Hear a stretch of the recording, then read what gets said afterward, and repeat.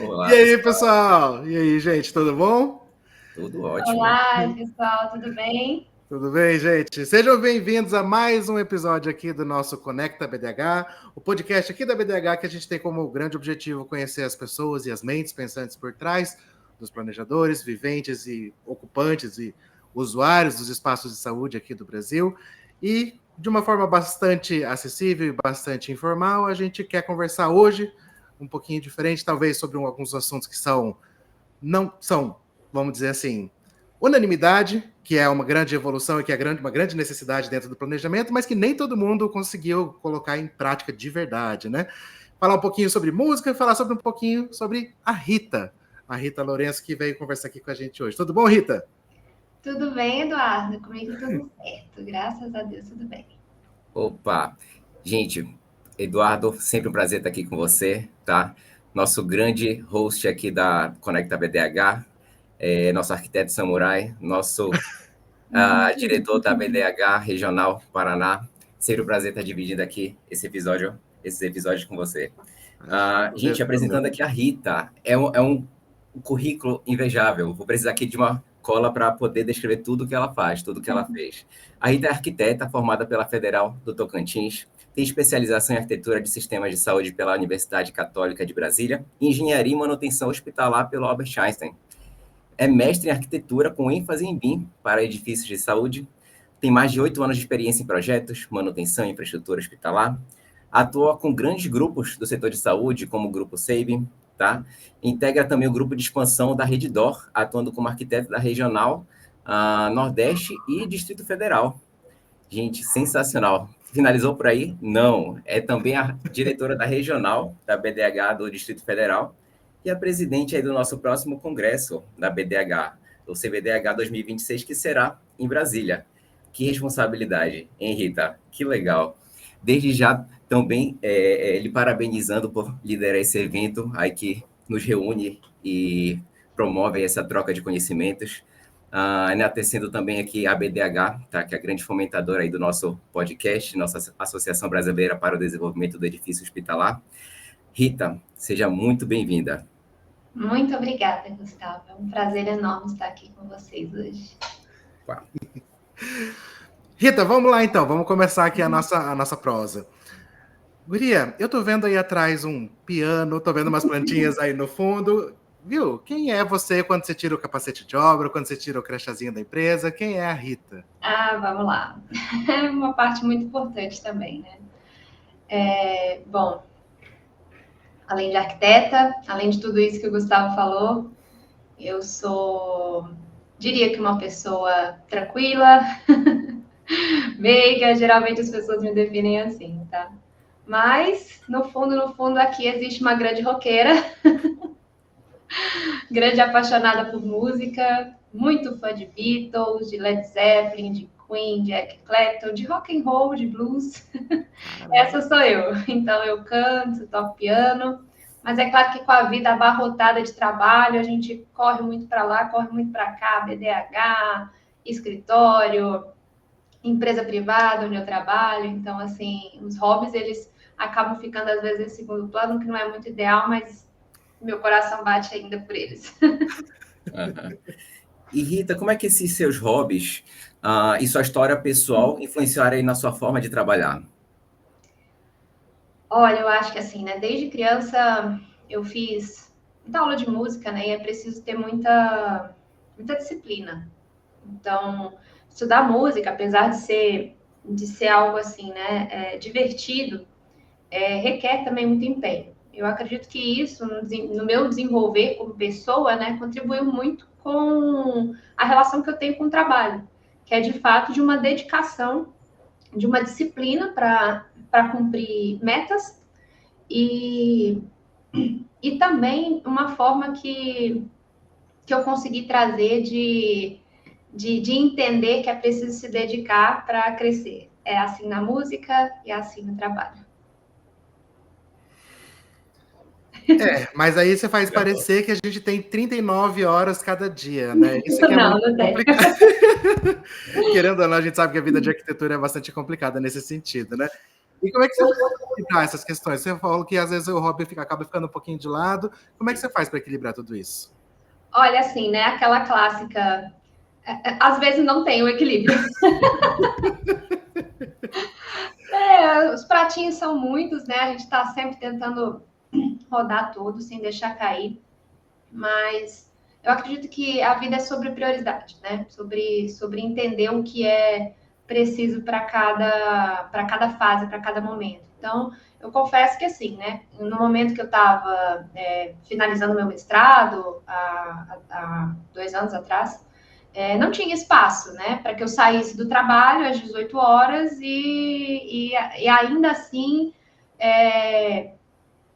estudasse piano, ou enfim, montasse alguma banda, que foi uma coisa que eu sempre tive durante a faculdade, então foi uma coisa que realmente ficou de lado. Então, a prioridade era finalizar o meu mestrado, desenvolver a minha carreira, e aí ficou de lado, né? Esse pratinho caiu, mas nada que a gente não possa coletar de novo e colocar para girar novamente quando a gente tem tempo. E foi isso que eu fiz durante o último ano, porque eu consegui, né, finalizar o meu mestrado e não aderir a uma nova pós-graduação. Mas assim, né, o coração ainda fica um pouquinho apertado porque eu gosto, então, quem sabe nos próximos anos, aí depois do congresso, porque o congresso já é uma grande missão, né, estando como presidente, mas nos próximos anos eu não engate um doutorado e aí o hobby acabe. Então, eu acredito que assim, o equilíbrio é isso, é saber priorizar. Não quer dizer que todos os pratinhos vão estar girando sempre ao mesmo tempo, né? Vão ter fases que a gente vai se beneficiar de uma vida mais tranquila, com mais dedicação a hobbies, e outras fases trabalho, trabalho, trabalho, desenvolvimento, e eu acho que vai ser assim o resto da vida, né? Assim também em relação a planos familiares, né? Filhos, casamento, então tudo isso tem lá a sua hora de dedicação. Uhum. Você falou um negócio que eu fiquei até curioso. Você falou que teve banda na Já tive. faculdade. Quero saber um pouquinho mais. Me conta um pouquinho dessa sua timeline. Como é que você escolheu arquitetura? Como foi aí essa sua graduação e por que você acabou entrando para esse nicho da área da saúde? Vamos lá. Bom, arquitetura não foi a minha primeira opção na faculdade, né? Eu primeiro fiz comunicação social. Não terminei. Fiz ali 2 anos na mesma federal que eu fiz arquitetura, mas acabou que no meio do curso me identificava mais com publicidade e propaganda, não tanto com jornalismo, que era a ênfase que a faculdade dava. Então, me senti um pouco desestimulada e querendo ir atrás de outras oportunidades de carreira e encontrei nas falas de alguns amigos engenheiros e arquitetos uma possibilidade que talvez essa área também seria para mim. Prestei o vestibular de novo, porque eu passei muito novinha, eu passei com 16 anos na faculdade, então eu cortei o ensino médio pela metade, entrei na faculdade e aí eu ainda tinha tempo, né? Então, ali com 17 para 18, eu embarquei na jornada de prestar o vestibular para arquitetura na Federal, passei também e me apaixonei, assim. Para mim foi uma coisa amor à primeira vista mesmo, amor à primeira aula, digamos assim, né? E foi muito bom, assim, principalmente o início, né? Eu tava muito apaixonada pela minha nova escolha. Utilizei muitas das coisas que eu aprendi em comunicação para arquitetura também, né? Por exemplo, a gente aprende em comunicação alguns softwares de edição de imagem que eu usava para montar minhas pranchas, usava assim, esse tipo de aprendizado no outro curso. Também aprendi a escrever, a comunicar, e eu acho que isso foi muito importante. Por mais que eu tenha feito ali só um pouquinho do curso, né, eu consegui aplicar bastante desses conhecimentos. E durante a minha faculdade de arquitetura, eu sempre muito apaixonada por música, né? Já tocava piano, já cantava. Quando era adolescente, fiz parte de um coral sinfônico no Tocantins, então eu tinha bastante familiaridade com a música e sempre muito apaixonada pelo rock and roll. Com alguns amigos de fora do curso, tive a oportunidade de ter uma banda, a gente tocava blues, rock and roll, né? Nessa época eu conheci meu atual marido, então nós já estamos juntos aí há 14 anos. Na época ele fazia medicina. A importância da música na sua vida, né? É muito importante. Ele fazia medicina e tinha uma grande paixão por rock and roll também. A gente se conheceu nesse meio, né, de festivais e tudo. Eu era bastante amiga da irmã dele. E aí a gente resolveu formar nossa primeira banda junto. Ele é baterista, eu cantava. A gente tinha 2 amigos ali, um psicólogo, estudante de psicologia no baixo, a gente tinha um outro estudante de medicina na guitarra, tinha outros amigos que também faziam participações. Então, assim, essa foi a nossa história e isso foi durante a faculdade, né? E como eu disse, é aquela coisa, tem períodos na vida que a gente consegue se dedicar mais para hobbies, né? E a faculdade acho que foi um deles, porque de fato a gente está ali estudando, né? Nosso compromisso secundário seria com estágios e o restante é ser jovem, né? Então, essa foi a minha forma de ser jovem, foi assim, cair de cabeça na música, e isso foi muito importante para o meu desenvolvimento, assim, eu gosto muito. Conhecimento só agrega. Quanto mais a gente sempre acha o que eu fiz antes não valeu a pena. Conhecimento só agrega, né? Na nossa trajetória, no nosso futuro, nas nossas conquistas. Sensacional. É isso. E é aquela coisa que a gente fica pensando, né? Você montando uma banda, achando seu companheiro da vida e tudo mais, e eu lá sofrendo para entregar todas as coisas no prazo e só movido mas por eu lágrimas. também. Eu sofri. Aliás, que estudante de arquitetura não sofria? Pelo amor de Deus, né? Assim, é uma faculdade muito pesada. Tem que realmente, assim, tá gostando do que tá fazendo, tá comprometido, porque noite em claro foi o que eu mais passei, assim. Meu Deus. O pessoal acha que isso é mito, mas não é. Não. Gente, nossa, a gente realmente tem que se esforçar demais. É isso. Mas e aí, aproveitando então esse gancho, e depois da arquitetura, o que te fez e o que te prendeu nessa área da questão da saúde especificamente? Quando eu entrei, o pessoal falou: olha, você tem certeza? Você é mordido pelo bichinho da saúde, não tem mais. E aí? O que fez você? Pausa. Edu. Oi? Seu áudio cortou. Cortou? Cortou para você, Rita? Cortou aonde? Cortou, mas eu entendi a pergunta. Ah, tá. Não, então, você quer fazer de novo para a gravação? Você tá falando, você inicia assim, bom, aí você inicia bom. Aí corta. Então tá. Bom, então, deixa eu voltar. Bom, então voltando nesse ponto, já pegando essa questão dessas escolhas, né, do passado, o que te encantou e o que te fez ficar nessa questão da área da saúde? Quando eu entrei nela, o pessoal falou, olha, tem certeza? Uma vez que você é mordido pelo bichinho da saúde, você não sai mais. E para você, como é que foi isso? O que te prendeu nessa área? Bom, vamos lá. Então, emendando com a história que eu estava contando aqui, foi na faculdade que eu conheci meu atual marido, né? E ele era estudante de medicina e por isso eu acabava ficando muito ali no bloco da medicina, na faculdade. A arquitetura tinha um bloco na frente, medicina mais para trás. E eu sempre ficava por ali, então ouvia muito papo de médico, né? Muito papo de aprendizado dentro da medicina. E eu ficava com aquilo na cabeça, gente, eu vou jogar isso tudo fora, porque a arquitetura não tem nada a ver com isso. Estou aprendendo aqui um monte de coisa que, enfim, só pela fala deles e que eu nunca vou utilizar, enfim.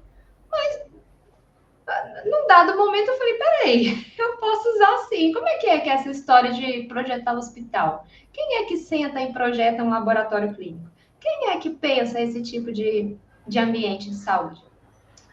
Fui para a internet, arquitetura hospitalar, arquitetura de saúde, e acredite se quiser, me deparei com quem? Com a BDH. Me deparei com a BDH na época. Legal, não sabia disso. Pois é. Eu fui associada desde estudante. Então, assim, tem bastante tempo que eu estou dentro da BDH, né? Primeiro como associada estudante.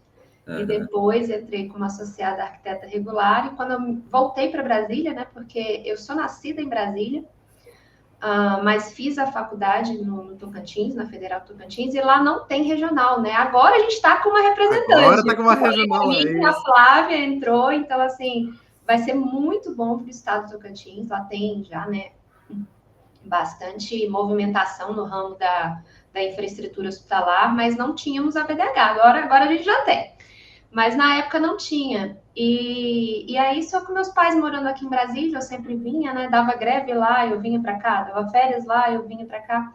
E aí fui entrando, entendendo o que era a BDH, tendo contato com as publicações da BDH.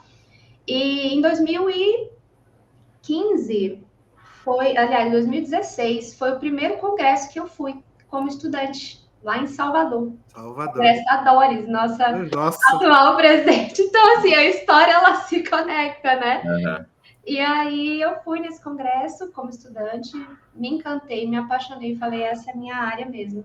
Aí me associei e sabia que assim que eu saísse, eu ia buscar uma pós-graduação para aprender mais, porque infelizmente na faculdade ninguém ensina, né?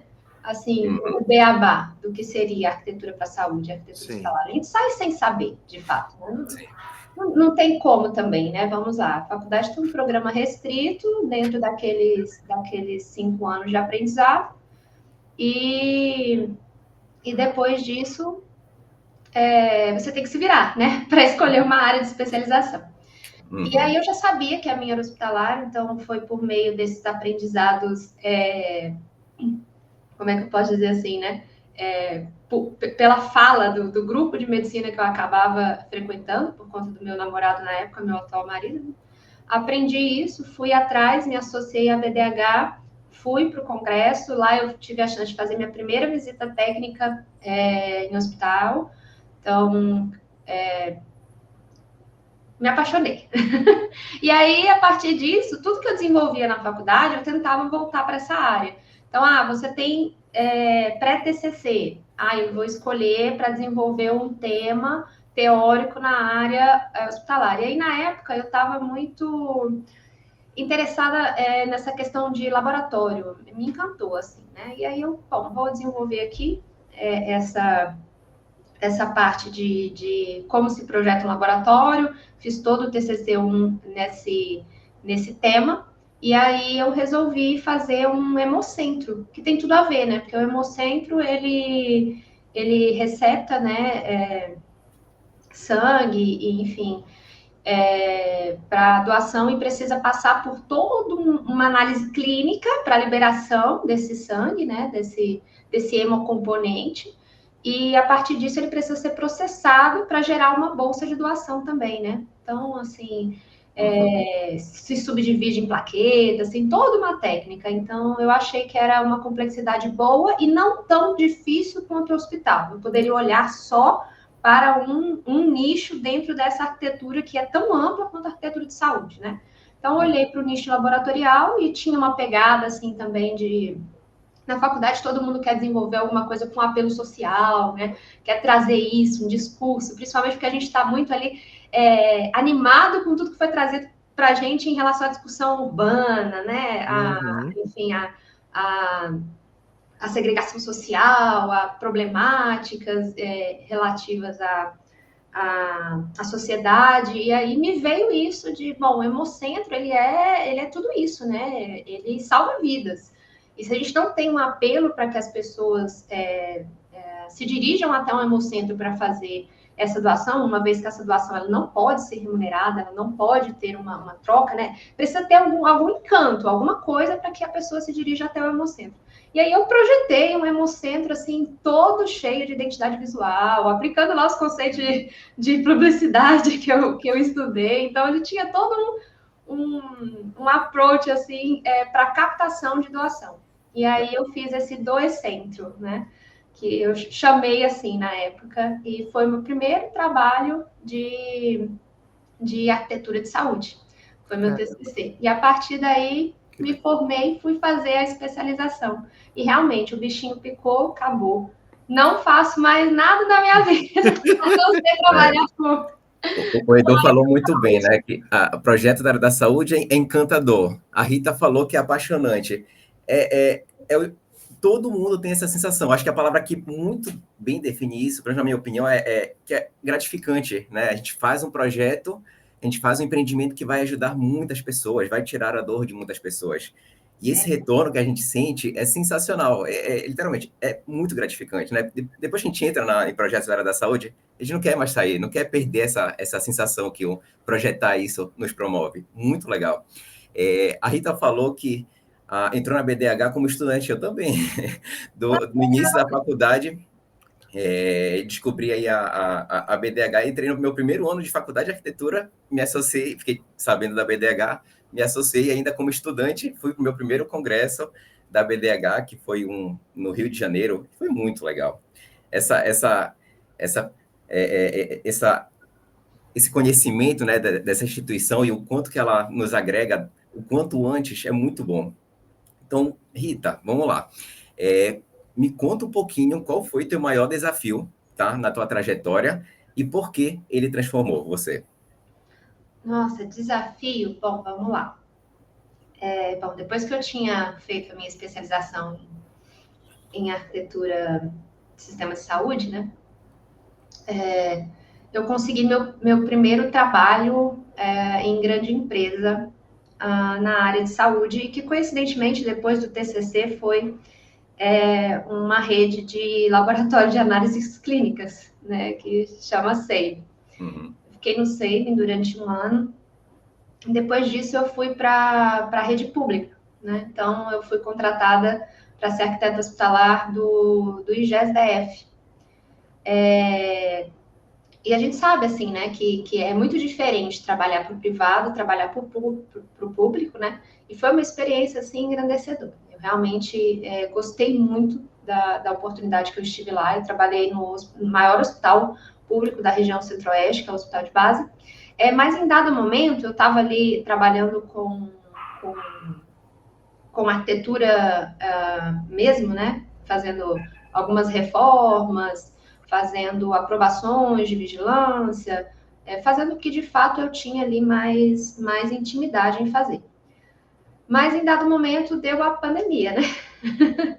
E aí a gente já não tinha mais o foco de grandes obras, até porque não tinha como ter grande obra num hospital que estava recebendo pacientes ali emergenciais de Covid, né? E aí o meu cargo era de arquiteta, porém eu fui movida para manutenção.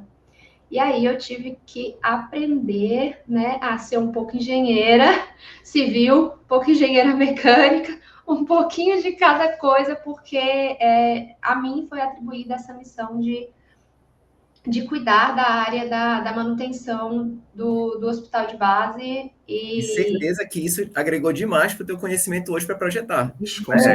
Como arquiteta. Muito, muito mesmo, assim, vivenciei desafios e tive aprendizados que... Super importante, manutenção e engenharia hospitalar, fundamental, né? Para a gente entender e já conceber todo o projeto arquitetônico, incluindo essas disciplinas. Importantíssimo, porque se a gente não prevê no projeto de arquitetura uma manutenção fácil, tanto com o mais básico, que é a escolha do piso, que seja, escolha do revestimento, quanto pelo mais complexo, que é onde ficam os shafts de distribuição dessa infraestrutura, quais são os acessos para a manutenção desses shafts. Então, assim, se a gente não pensa isso, a manutenção vai ser trabalhosa, vai dar problema, vai ser mais cara. Então, assim, eu tive um contato muito, muito próximo com isso, porque lá nessa gestão de manutenção, onde eu estava, tinham contratos de manutenção de ar-condicionado, manutenção de elevadores, manutenção de rede de gases medicinais, abastecimento de rede de gases medicinais, isso na pandemia. Então, pensa só, crise do oxigênio, gente. Então, pois é. Foi muito pesado. Então, esse foi meu maior desafio, mas eu digo que eu saí de lá com uma outra faculdade. Né? Assim, eu vivenciei coisas que foram muito importantes para o meu crescimento profissional e para o meu entendimento do hospital como organismo, né? Como tudo ali, como tudo funciona. Porque, queira ou não, a manutenção ela trabalha em parceria com todas as outras áreas e o tempo todo a gente está em contato com áreas assistenciais e operacionais do hospital. Aí foi por isso que quando eu estava nesse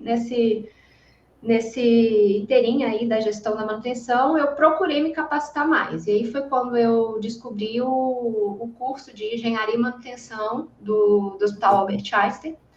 E eu fui para São Paulo, ia uma vez por mês, né? Ter essas aulas, e foi outra coisa que me ajudou muito, porque na época eu trazia muito conhecimento de um hospital de referência, né? Que é o Albert Einstein, para aplicar aqui no nosso hospital público. E assim, foi muito interessante. Isso, para mim, foi uma experiência que mudou minha vida, mudou minha carreira.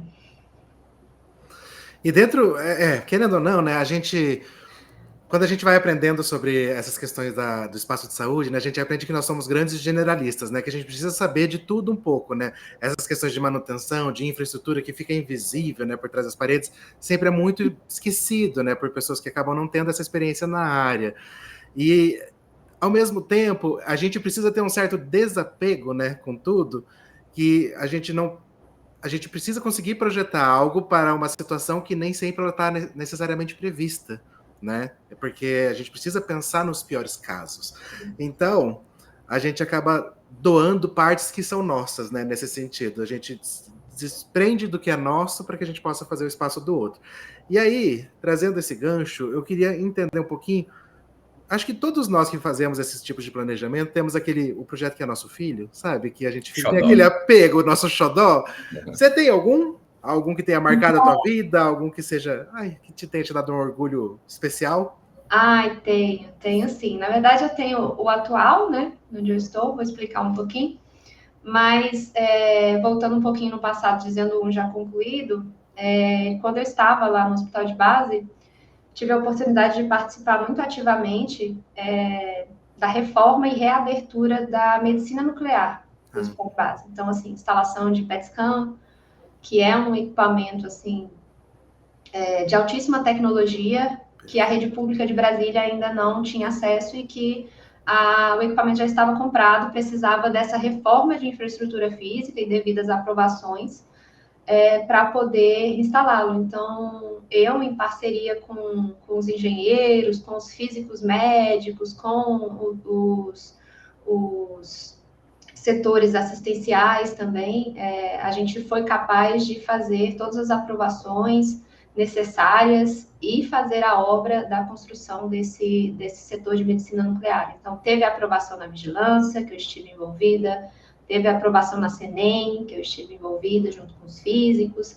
e foi assim, ver isso sair do papel e ver anunciar no jornal o primeiro exame de PET scan do Hospital de Base do Distrito Federal foi muito importante para mim, isso me marcou muito. É um queridinho esse trabalho, né? É um super exame o PET, né? Ele vem cada vez mais crescendo para a parte de diagnóstico, estadiamento, Sim. E lá no setor de medicina diagnóstica, a gente já deixou até preparado 2 salas para SPECT-CT, então a gente também vai ter outros, né? Brasília vai contar com outros exames também de alta tecnologia dentro desse prédio da medicina nuclear que não tinha ainda o equipamento, mas que está pronto para receber. Eu acho que isso me tocou muito, né? Entregar algo para o público, né? Do Distrito Federal, poder apoiar nisso, né? Claro que éramos uma equipe muito grande, tá? Eu estava ali pela parte da arquitetura, faço questão de dizer que tinham muitos colegas ali contribuído junto, mas ter participado dessa frente foi muito impactante e, enfim, é um projeto bem querido por mim. Legal. Vamos entrar no assunto que acho que é a minha grande curiosidade, tá? A sua área, o seu mestrado é em BIM. É um assunto que eu sou muito entusiasta. Eu acho que muita gente que nos ouve agora também deve ter essa curiosidade, essa empolgação. O BIM, na área da saúde, tem muitas coisas em comum. E você é mestre, né, em BIM para edifícios para a saúde. Me conta um pouquinho, Rita, como é que o BIM mudou sua forma de projetar e pensar nesses edifícios hospitalares? Bom, eu tenho contato com o BIM desde a faculdade, né? O que assim, não é uma coisa muito comum para quem se formou ali há uns 10 anos atrás, né? Mas, assim, a minha faculdade tinha professores muito jovens, né? E por ser uma universidade jovem também. Então, a Federal do Tocantins tinha esse diferencial. E os professores que estavam lá, ao invés de ensinar o AutoCAD, ensinaram para a gente o Revit. E foi assim que eu tive meu primeiro contato com o BIM. E eu já, como é que eu posso dizer assim, nasci uma arquiteta que conversava e projetava em BIM, né? Claro que eu tive que me adaptar depois um pouquinho na carreira, dar um passinho para trás, porque eu sei que nem toda instituição, enfim, aceita ainda, né, o BIM como a metodologia de projeto. Então, para trabalhar em alguns lugares, eu voltei para o CAD, mas eu aprendi, fui formada já com o BIM. E lá em 2015, eu também fiz um curso de capacitação com com uma instituição muito reconhecida aqui no Brasil, do Alexander Just, né? Que era inclusive outorgada pela Autodesk. Eu fiz esse curso de Master BIM, comecei ali a projetar e a entender a metodologia como um todo, e comecei a aplicar nos projetos que eu já fazia desde o estágio, né? Então, no estágio eu trabalhava com projetos residenciais e utilizava o BIM, e quando eu fui para o mercado de trabalho, eu vi uma grande dificuldade em relação à aceitação do BIM, principalmente nas empresas que eu entrei, né, para exercer a função como arquiteta. Ainda não tinha essa premissa incorporada. Então, eu sempre fui ali a advogada do BIM, tentando, deixa eu fazer vamos colocar um aqui, assim, vamos adquirir o software, vamos tentar. E de fato, né, eu acho que todo mundo conseguiu ver os benefícios, mas ainda tem todo um desafio da capacitação de equipe. Mas o que eu posso dizer, assim, em relação à perspectiva de como o BIM muda, né, e ainda mais depois de todo esse estudo que eu fiz em relação ao meu mestrado, é que o BIM ele é uma entrega que ele não tem fim. O projeto em CAD, o projeto em planta, ele para ali, na sua execução. O BIM não. O BIM você elabora para projetar, para entender, para compatibilizar a edificação, para construir, para atualizar em as-built e para entregar para a gestão da operação desse edifício. Então, assim, para mim, o entendimento do projeto como início de uma grande cadeia de entregáveis, né, de produtos utilizáveis, até para a gestão e manutenção do edifício, é o que mais me impressiona, é o que mais me faz acreditar que o BIM é o futuro, no sentido de, apesar dele ser algo real e já ter empresas utilizando, daqui a pouco não vai ter mais CAD, né? Sim. Então, isso é um processo. Eu acho que assim como foi sair da prancheta para fazer desenho à mão, também não foi simples, né? Eu não estava lá para ver, mas enfim.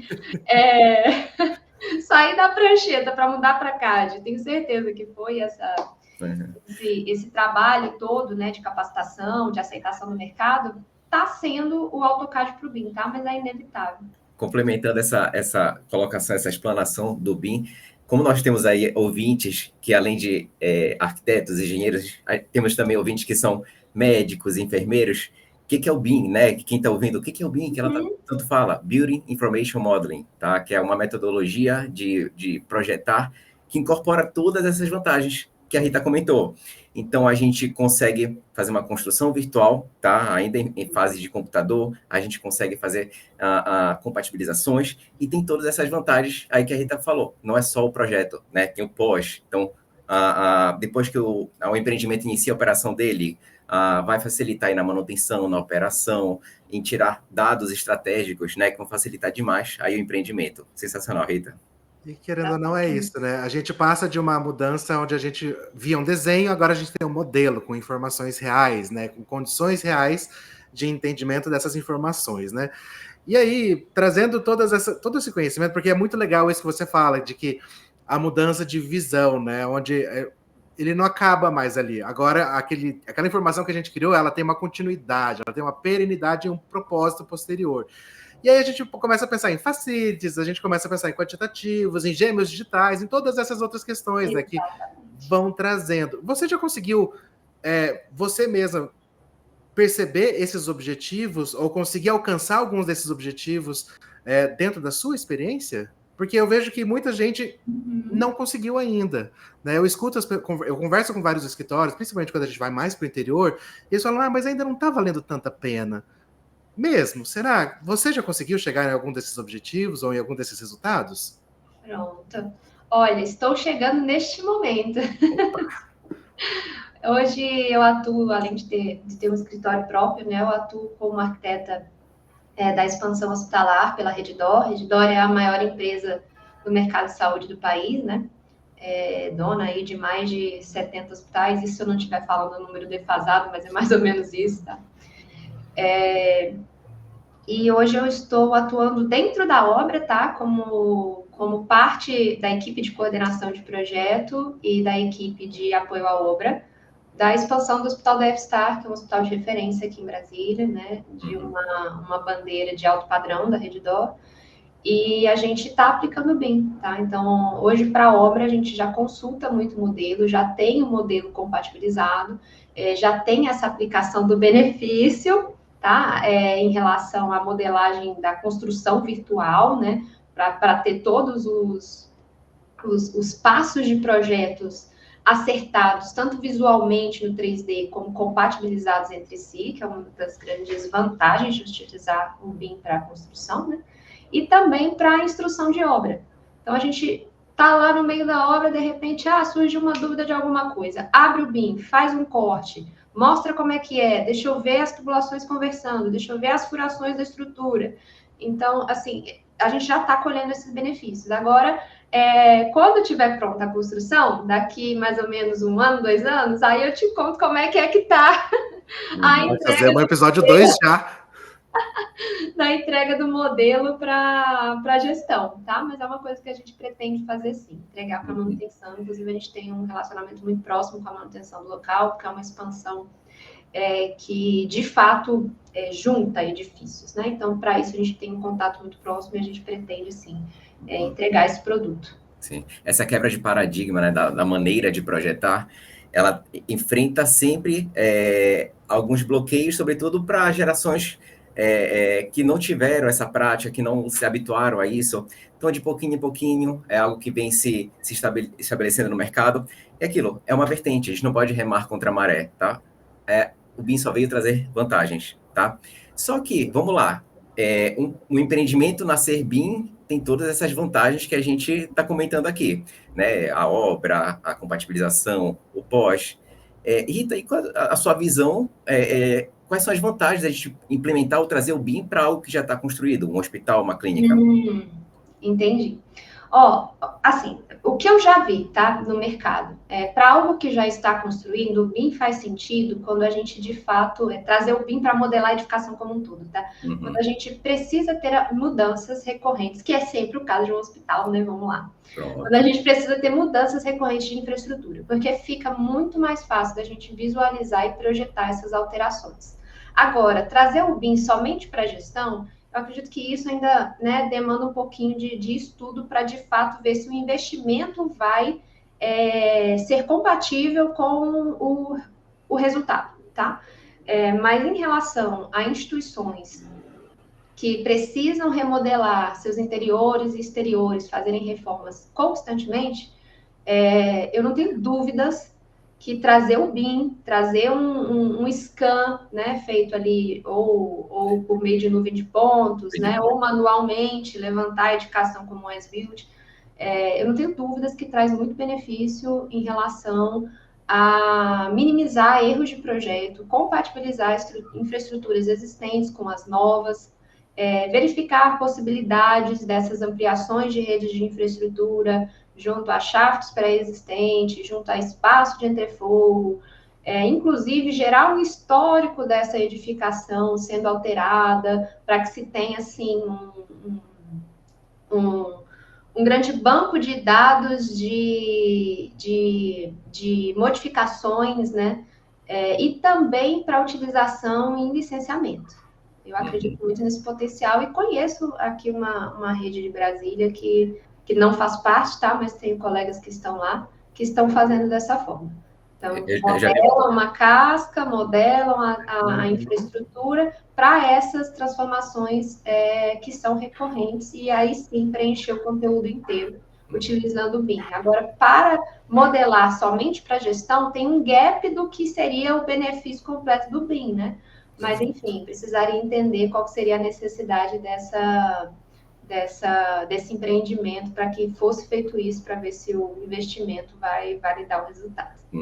Eu já vi aí esses mapeamentos, esses escaneamentos, essa modelagem de BIM de empreendimentos antigos, que N descobertas foram feitas aí durante esse escaneamento. Que parede mais grossa é essa que tem aqui, que separa, que ninguém nunca viu, vai descobrir tem uma passagem, ali tinha um corredor, com isso evita aquelas questões de ninguém sabe exatamente onde estão determinadas instalações, por onde vem, por onde passa, que durante esse escaneamento, durante esse mapeamento, são feitas N descobertas que acabam gerando também correções e melhorias. A gente evita, né, aquelas memórias vivas, aquele funcionário de décadas. Se ele for embora, acabou. Nunca mais. Tá tudo na cabeça dele. Mas esse tubo, ele vem por aqui, passa por aqui. Rapaz, tá tudo... É uma maneira de documentar, né, esse conhecimento, que às vezes está na cabeça de uma ou duas pessoas. Exatamente. E é muito complexo isso, né? Porque não é raro essas questões onde a gente vai para um empreendimento que ainda não consegue entender isso. De repente, cadê esse 1,5 metro que era para estar aqui? De repente vai ver, era um vazio que ninguém sabe por que fechou, né? Uhum. E então acaba tendo esse choque cultural, né? Não só nas instituições que acabam precisando fazer essas contratações, como também nas instituições que desenvolvem esses projetos, né, nesse sentido. Então, esse choque, ele é inevitável. Como é que foi para vocês enfrentar esse choque? E como é que foi a decisão, né, de repente, não, vamos lá, vamos entrar nessas questões, porque é uma decisão, né? É uma decisão de enfrentar um terreno, às vezes, até certo ponto desconhecido, e de advogar por isso, né, para que a gente possa conseguir botar isso à frente. Como que foi essa transição para vocês? Bom, então, nesse empreendimento que eu estou agora, de fato, ele iniciou com um projeto CAD e isso foi incorporado ao projeto um pouco que tardiamente, né? No sentido de a gente já tinha feito um primeiro projeto executivo compatibilizado, mas devido a alterações de escopo, a gente conseguiu refazer esse projeto e quando refez foi em BIM, tá? Isso foi uma premissa que foi adotada pela companhia também por incentivo de uma construtora que estava como parceira, tá? E aí, claro, a gente teve que solicitar os fornecedores, né? São mais de 30 projetistas que trabalham numa expansão hospitalar como essas, né? Então, a gente tem projeto não só de arquitetura, como de instalações, como de ar-condicionado, como de rede de gases, como de caixilharia, como de ancoragem de fachada, impermeabilização. Para cada um é um projetista, né? Para cada projeto é um projetista especialista. E a gente teve que consultar cada um, tá? E essa adaptação, ela de fato não é fácil, porque nem todo escritório tem uma equipe que domina BIM, que pode entregar BIM. Para esses casos, foi contratado uma equipe que modela o que foi projetado em CAD, tá? Então, o desafio é esse, é ter mais um projetista incluído nesse rol, para que a gente pudesse ter edificação inteira em BIM, tá? Aqueles que conseguiram se adaptar, enfim, cobraram os seus preços para essa adaptação, né? E os que não conseguiram se adaptar, entregaram seus projetos como normalmente entregam, e foi incorporado a esse rol de projetistas um que conseguisse modelar o que os escritórios que não trabalham nessa plataforma emitiam. Você falou que nem todo escritório utiliza o BIM, né? E o Brasil é um país continental, então a gente tem aí realidades diferentes, né? Escritórios e escritórios, profissionais e profissionais. Bom, você é mestre no assunto, tá? Você entende total aí as vantagens da utilização desse método. Qual é a sua visão, né, como mestre em BIM para edifícios da área da saúde? Qual é a sua visão sobre essa adaptação? Como é que os escritórios poderiam se comportar? E o que mais pesa, né, nesse processo de adaptação? Olha, é complicado, né? Porque existem portes e portes de escritório. Uhum. Assim, já coordenei projetos de escritórios que são 5 pessoas lá dentro e escritórios que, enfim, 50 pessoas ainda é pouco, né? Porque emitem várias frentes de projeto. Capacitar uma equipe de 50 é muito mais difícil do que capacitar uma equipe de 5, né? Uhum. E a gente também tem um grande problema com rotatividade de profissionais dentro do escritório. Então, o que eu mais escuto, né, como parte de uma equipe de coordenação de projetos, desses escritórios que nos atendem, é que às vezes não vale a pena capacitar, porque o investimento é muito alto e existe uma rotatividade grande. Mas aqueles escritórios que já nascem com a iniciativa BIM e já contratam com a iniciativa BIM, eles não passam por isso. porque um dos requisitos do contrato do profissional é que ele já venha sabendo BIM. Então, a gente cria uma outra demanda do mercado, que é, se você não for um profissional habilitado para modelar em BIM e para projetar em CAD, você acaba tendo menos oportunidades. Então, o que eu acredito é que, assim, o mercado está se moldando para isso, tá? Como é que eu posso dizer? Para a capacitação não ser mais um empecilho, porque os profissionais requisitados já terão esse aprendizado no currículo. Se tornou um pré-requisito, né? Para entrar aí em grandes projetos da área da saúde, é ter esse conhecimento. Exato, é porque o maior desafio é esse, tá? Assim, claro que tem desafio do software, mas o software é outra questão, porque, assim, hoje, tendo acesso a isso, né, nós trabalhamos só com softwares licenciados, eu vejo que o custo já não é mais tão, sabe, existem as versões LTs, que são as versões light, né, dos softwares que são mais robustos. Existem outros softwares que modelam BIM que não sejam só da Autodesk. Então, assim, tá mais facilitado do que, digamos assim, 10 anos atrás, tá? Mas eu acho que o principal agora é recurso humano. Isso vai deixar de ser uma barreira a partir do momento que os profissionais da área já colocarem a capacitação BIM como pré-requisito de suas formações, para terem mais oportunidade dentro do mercado. E querendo ou não, né, quando a gente traz essa realidade para a saúde, a gente sempre tem os graus de complexidade a mais que a gente não pode deixar de considerar, né? A gente tem todos os níveis de projeto que a gente precisa abraçar dentro da arquitetura, né, que a gente não pode esquecer. Então, essa capacitação humana, né, essa é essencial. E aí, trazendo, então, essa questão da equipe, né? Você falou da equipe, você falou antes sobre a questão da compatibilização como uma das grandes vantagens, né? E, de fato, ela é uma grande vantagem. Na saúde, a gente tem pelo menos 6 disciplinas básicas aí de projeto que são essenciais. Como é que você tem essa rotina de compatibilização com todas as outras disciplinas de projeto para que todas as informações elas cheguem aonde elas precisam chegar, da forma como elas precisam chegar?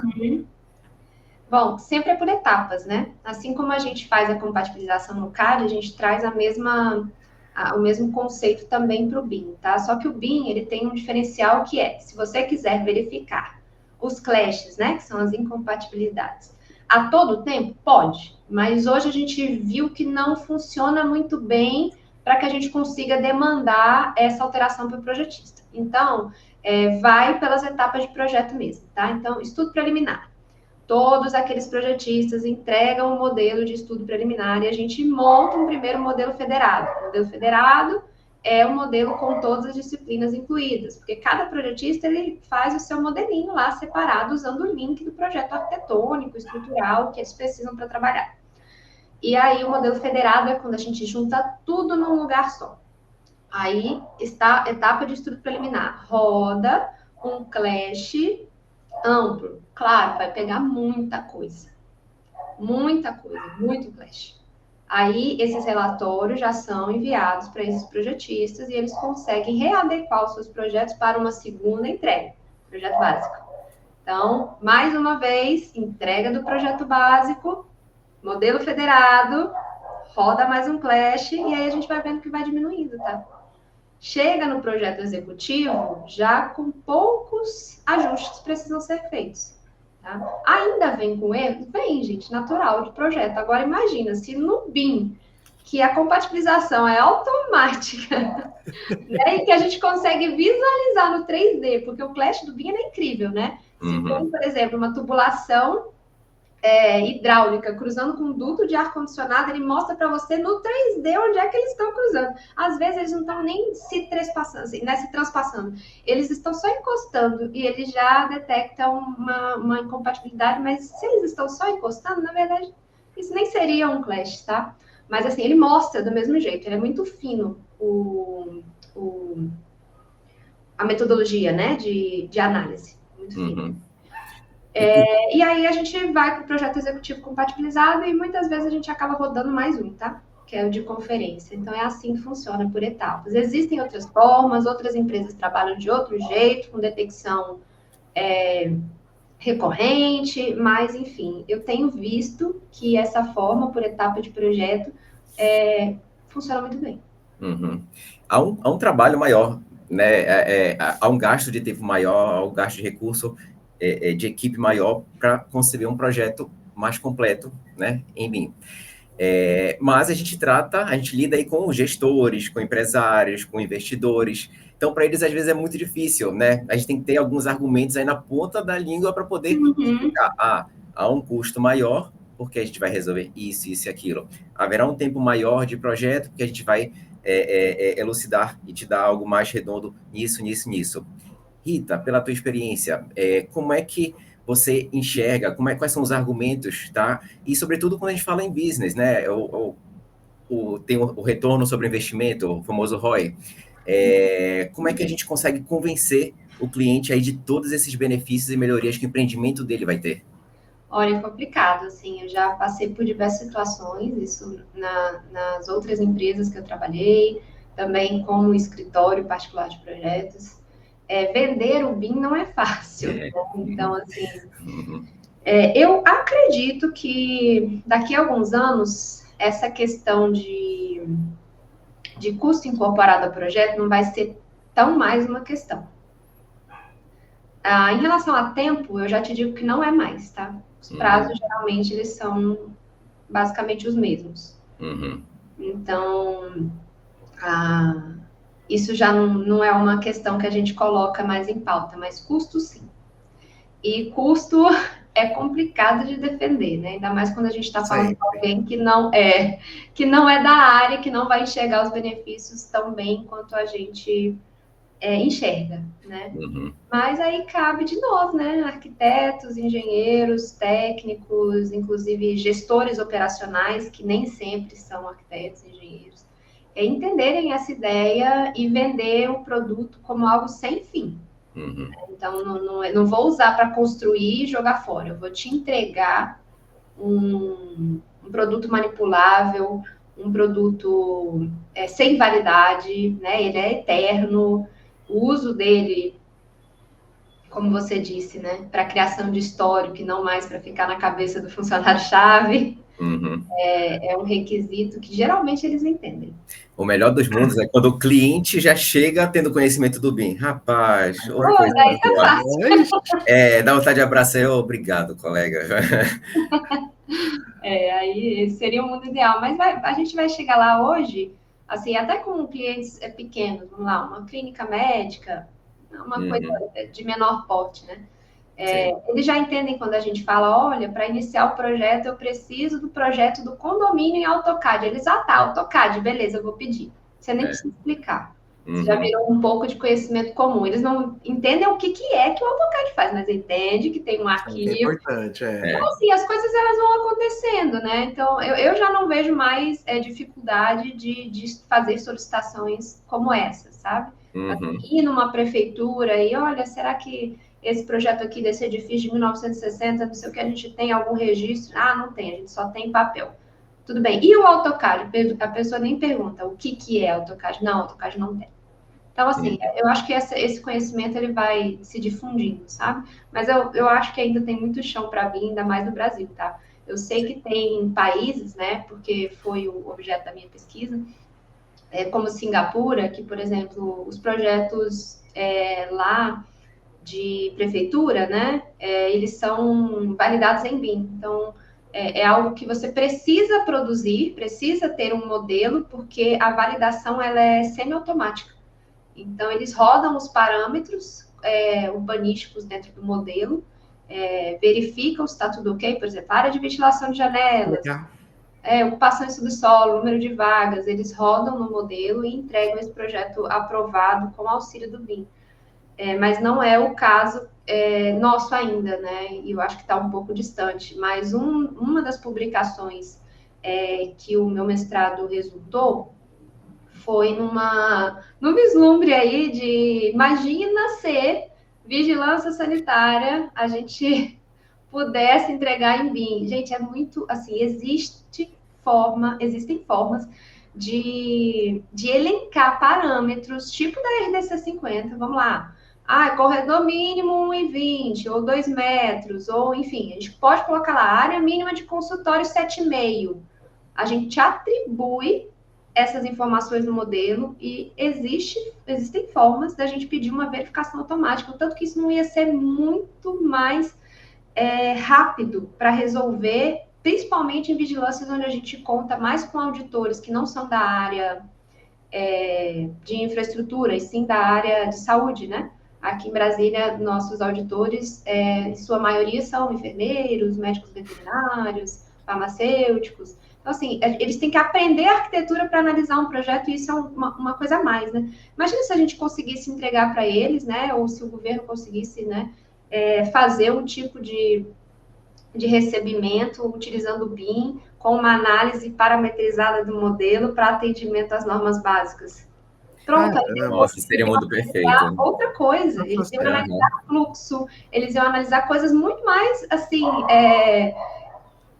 importantes, né? E não o pequeno da norma, que é essa área baixa, né? Então, você falou em algo que eu nunca tinha pensado, verdade. Olha quantas análises mais profundas poderiam ser feitas, né? Eu gosto sempre de olhar com bons olhos, né?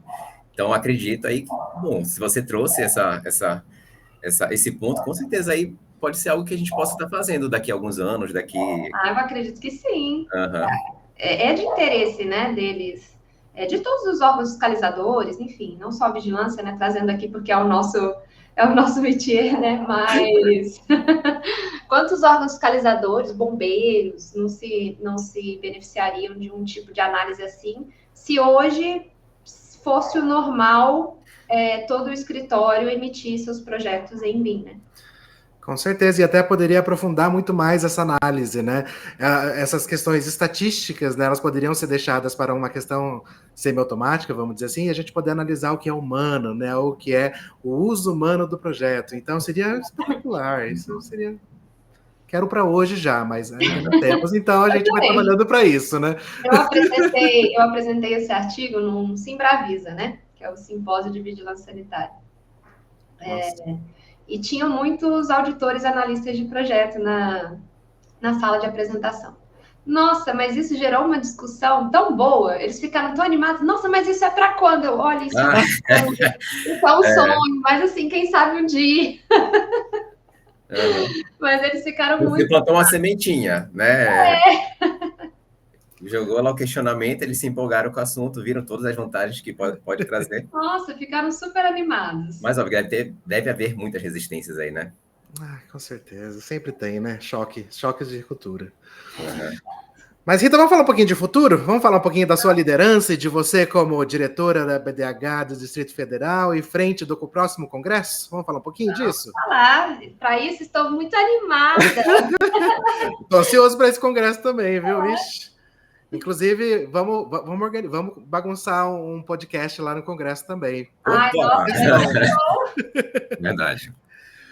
Mas me diz, você é à frente dessa diretoria, você é à frente desse congresso, o que isso está mudando ou trazendo de novas visões e de novas percepções para você dentro dessas questões que nós estamos discutindo da saúde? Como você está vendo tudo isso agora? Olha, eu estou com uma animação, assim, fora do comum, porque a gente tem... Na nossa equipe de organização do Congresso, né? Eu estou como presidente do Congresso, mas a gente também tem a presidência científica, da comissão científica, e todo o resultado que eles estão trazendo das linhas de pesquisa, nossa, vai caber tanta coisa, mas vai ser tão bom para o pesquisador, para o arquiteto, para o engenheiro, para o gestor de saúde, ter a oportunidade de publicar coisas sobre inovação, que eu tenho certeza que vai mexer um pouquinho com as estruturas aí do nosso mercado, viu? Vai ser muito bom. Estou super animada com isso. Uhum. E qual a sua visão aí pensando aí no horizonte? Quais são as tendências aí de infraestrutura? O que se enxerga que está chegando aí para o mercado? Olha, a gente tem muitas falas emergindo agora, né? Por exemplo, como a biofilia, neuroarquitetura, BIM, como esse assunto está, né, tá mexendo aí no nosso mercado. E eu acredito que vai ser um ponto bem falado no Congresso, né? Assim como sustentabilidade, acessibilidade, são assuntos que a gente, há algum tempo atrás, não tinha, como eu posso dizer assim, tanta fala, tantos bons profissionais envolvidos, né? Era um assunto que um ou outro estava ali, era uma pontinha de esperança pensar na sustentabilidade, nas certificações, era uma pontinha de esperança pensar na biofilia, aí tem ainda os profissionais da neuroarquitetura que tratam, né, o projeto com uma sensibilidade diferenciada, assim, e eu vejo que esse é o rumo que a gente está tomando agora, é o que a gente vai ver no nosso congresso, né? Além do BIM, que é uma tecnologia de inovação também, que vai estar presente lá em relação ao que podemos viabilizar, né? Para espaço de publicação. E outra coisa também são as atualizações das normativas técnicas, né? Então, a gente está tendo muita atualização dessa leva de pós-Covid, né, até esse ano, quantas normas a gente já não teve atualizadas? Não só em virtude do que foi a pandemia, né, mas também em relação aos avanços tecnológicos que a gente está tendo agora. Então, a gente sabe que a gente tem muito mais equipamentos de diagnóstico, equipamentos cirúrgicos, robôs cirúrgicos, coisas que a gente tem que aprender a projetar para incluir nos nossos projetos, né? Então, assim, a gente tem que aprender a se adaptar para incluir nos nossos projetos, entender o que são essas tecnologias. Perfeito. Eu sempre digo que a medicina, ela é dinâmica, ela está em constante evolução. Muito. Você citou aí várias frentes, né? Biofilia, acessibilidade, o BIM. E quanto mais a gente estuda algo, mais a gente percebe que a gente não sabe daquele assunto. Então, isso aquilo vai gerando mais discussões, mais aprendizado, mais vontade de se aprofundar, mais trabalhos científicos. Putz, sensacional. Poxa, isso é tão essencial, né? Porque essa é uma discussão, por exemplo, que as pessoas sempre têm, né? Ah, mas na saúde pode ter planta lá dentro? Peraí, é complicado. Como é que a gente vai tratar essas questões da natureza dentro da questão da saúde e alinhar isso e fazer as pazes com a questão da infecção hospitalar, né? Puxa vida, isso é mais do que essencial. É muito legal isso. E a gente precisa de congressos, assim como a gente vai ter o nosso agora, né, em 2026, para fomentar esse tipo de discussão. Eu acho que é o ponto-chave do Congresso, é isso. Fomentar discussão, fomentar publicações e entrega de novas ideias a público. É para isso que a gente da BDH se esforça tanto, né, para fazer um congresso em prol do desenvolvimento desses ambientes que nós projetamos mesmo. Essa é a nossa missão, né? Uhum. Ótimo. Estamos chegando aí nossa reta final da nossa conversa. Nossa, já tem mais de 1 hora aqui de gravação. Que conversa legal, sensacional, Rita, de verdade. São assuntos muito legais de estar conversando. O passo a gente não vê. Então vamos, pessoal, vamos lá para o nosso bate-bola, jogo rápido aqui com várias perguntas bem curtas. Vamos lá, Rita, o que tira o seu sono? Injustiça, de todo tipo. Tira meu sono. Uhum. Me fala uma frase ou uma filosofia que te move. E sempre em busca de conhecimento, sabe? O Gustavo até falou agora há pouco, né? Quanto mais a gente acha que sabe de uma coisa, menos a gente sabe dela. Só sei que nada sei, né? Só sei que nada sei. Quanto mais você estuda, mais você vê o quanto que você tem que aprender. E isso me move em todos os sentidos, assim. Profissional, pessoal, desenvolvimento emocional, familiar. Eu acho que isso está em tudo, né?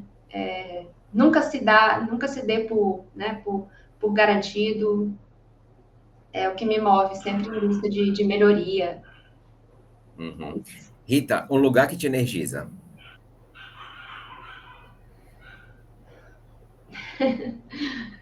A estrada em cima de uma moto me energiza. Caramba! Curioso, né? Ela gosta de moto, ela gosta de rock and roll, de moto. Isso, gente. Olha, Beatles. pensa. Porque, assim, me justifico, tá? Gosto muito de andar de moto, é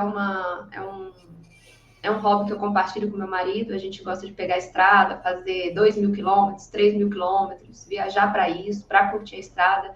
Mas é um momento que a gente não pega no celular, porque não pode, né? Não tem como. Não pega no celular, a gente se desconecta e fica ali só interagindo com o vento e com as paisagens. Então, me energiza por isso.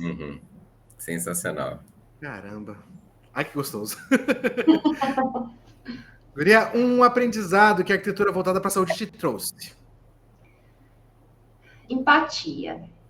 A gente tem que projetar sempre Nossa, empatia. sensacional, exatamente. Melhor resposta. Rita, passa uma mensagem aí para os nossos ouvintes, nossos parceiros da BDH. Quais as palavras finais que você poderia passar aqui para concluir o nosso podcast?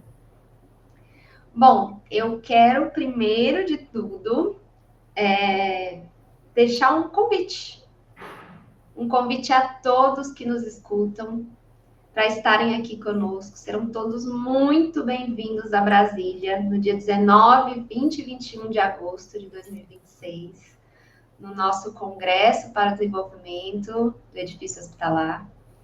Eu tenho certeza que vai ser daqueles congressos memoráveis, porque Brasília tem tudo para sediar um evento desses.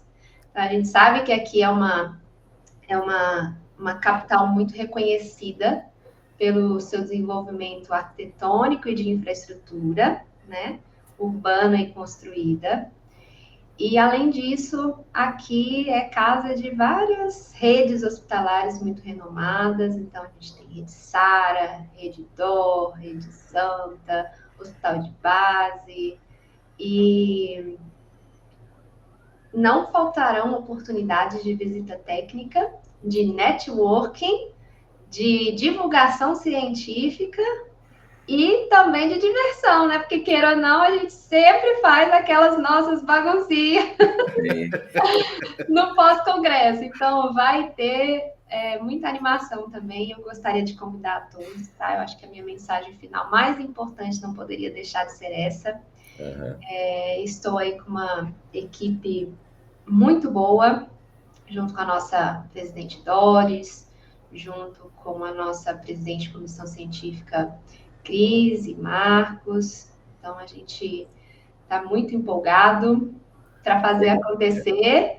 E, para isso, a gente precisa de todo mundo aqui. Vamos embora, gente. Já marquem passagens. Certeza que vai ser incrível. O último congresso já foi um público bem grande.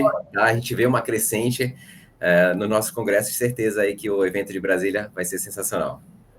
Obrigada, Gustavo. Obrigada, Eduardo. Eu fiquei muito honrada em receber esse convite. Acho que a nossa fala foi super descontraída. Espero que todo mundo aí que esteja ouvindo tenha gostado também. E é isso. Estou aqui, sempre disponível. A BDH na veia, sempre. É isso aí, então, Rita. Eu quero agradecer o teu convite. Desculpa, o teu convite não.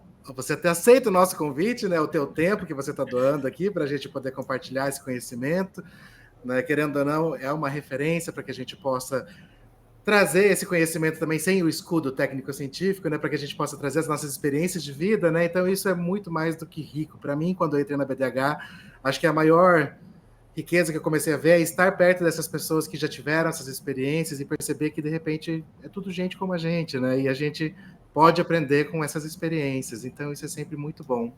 É isso, é isso, né? A BDH traz isso pra gente, porque, de fato, eu me lembro, assim, só um adendo rápido, né? De quando eu me associei, quando eu era estudante, de ver, assim, palestras, né? Eu vinha para Brasília para ter acesso às palestras promovidas pela BDH aqui, e via, assim, palestrantes, nossa, ele é o arquiteto da Anvisa, nossa, ela é coordenadora de projetos numa grande rede, e parecia tão distante, né?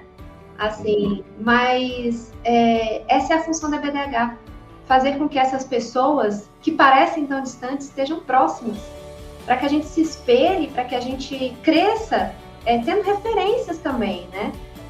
E foi isso que a BDH foi para mim, né? Na minha vida profissional. E é isso que eu gostaria que ela sempre fosse. Então, eu tenho certeza que quem está nos escutando aqui, que ainda está no movimento de início de carreira, vai poder aproveitar muito, né, de todas essas interações que a gente está fazendo, não só nos eventos regionais, como no congresso e como nesse tipo de conteúdo que vocês estão aí produzindo com a gente, né? Então, é fantástico, é fantástico. Essa é a missão da BDH, é nos unir, né? É trazer ali esse grande networking para que seja possível a proliferação de conhecimento, né? Para o desenvolvimento desses ambientes de saúde que nós projetamos. Sensacional. Eu vou aproveitar essas palavras lindas que você falou agora para a gente finalizar aqui nosso podcast. Fechar com chave de ouro.